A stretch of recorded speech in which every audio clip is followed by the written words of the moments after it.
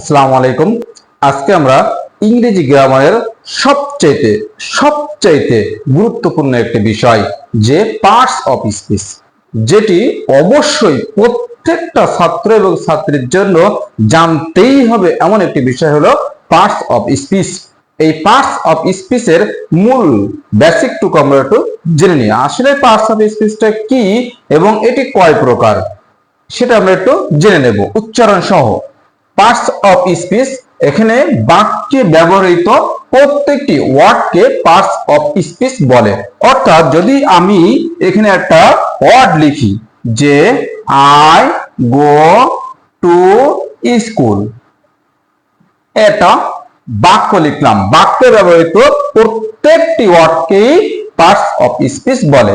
তাহলে এই আইটা কিন্তু অবশ্যই একটা, কিন্তু এই পার্টস অফ স্পিচের মধ্যে কিন্তু একটা পড়ে, এই গোটা কিন্তু একটি অংশ, এই টুটা কিন্তু একটি অংশ, আর এই স্কুলটা কিন্তু একটি অংশ। এই প্রত্যেকটি অংশই কিন্তু এই পার্টস অফ স্পিচ, অর্থাৎ এর প্রত্যেকটি কিন্তু এর ভিতরেই আছে। আমরা একটু সেটা ধারাবাহিকভাবে জেনে নিই যে এর মানেগুলো কি বা কিভাবে বুঝবো। এখানে বলছে নাউন।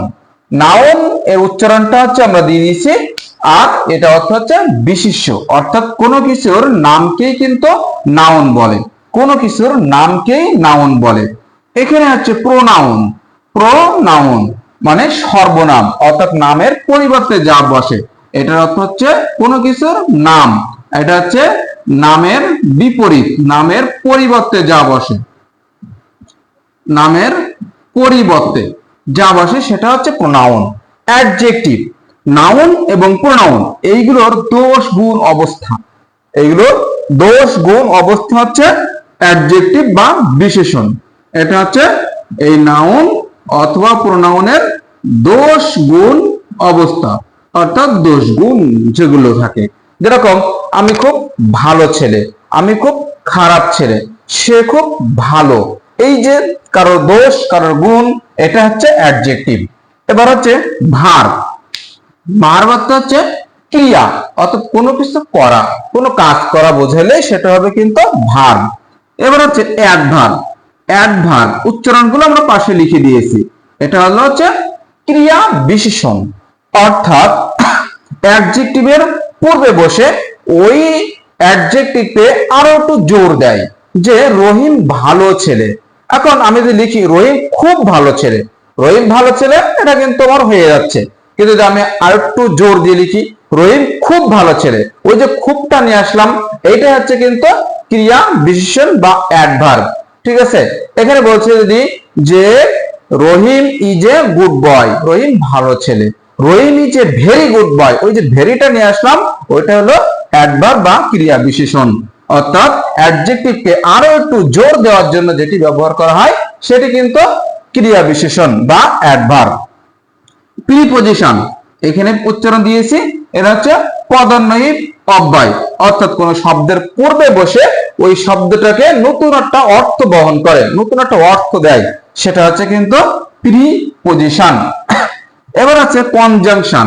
এটা উচ্চারণ লিখে দিয়েছি, এটা হচ্ছে সংযোজক বা যুক্তকরণ অব্যয়।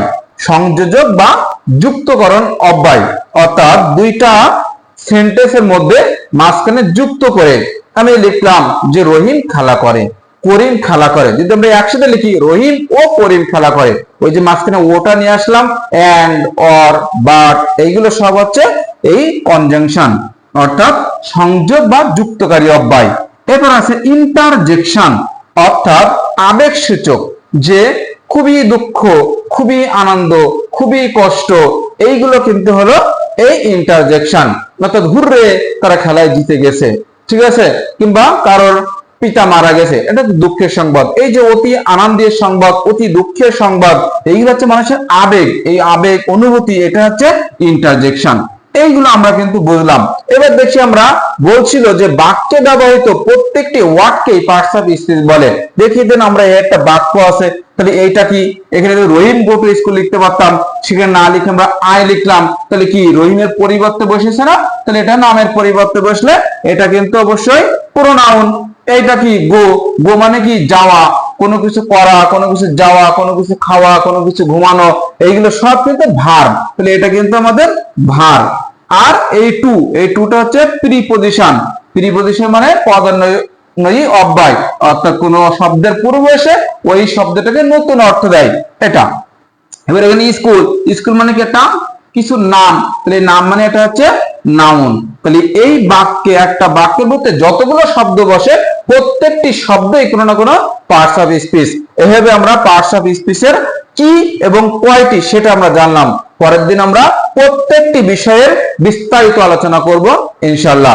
আমরা অবশ্যই প্রত্যেকটি বিষয় বিস্তারিত ব্যাখ্যা সহ আলোচনা পেতে আমরা চ্যানেলটি অবশ্যই সাবস্ক্রাইব করে রাখবো।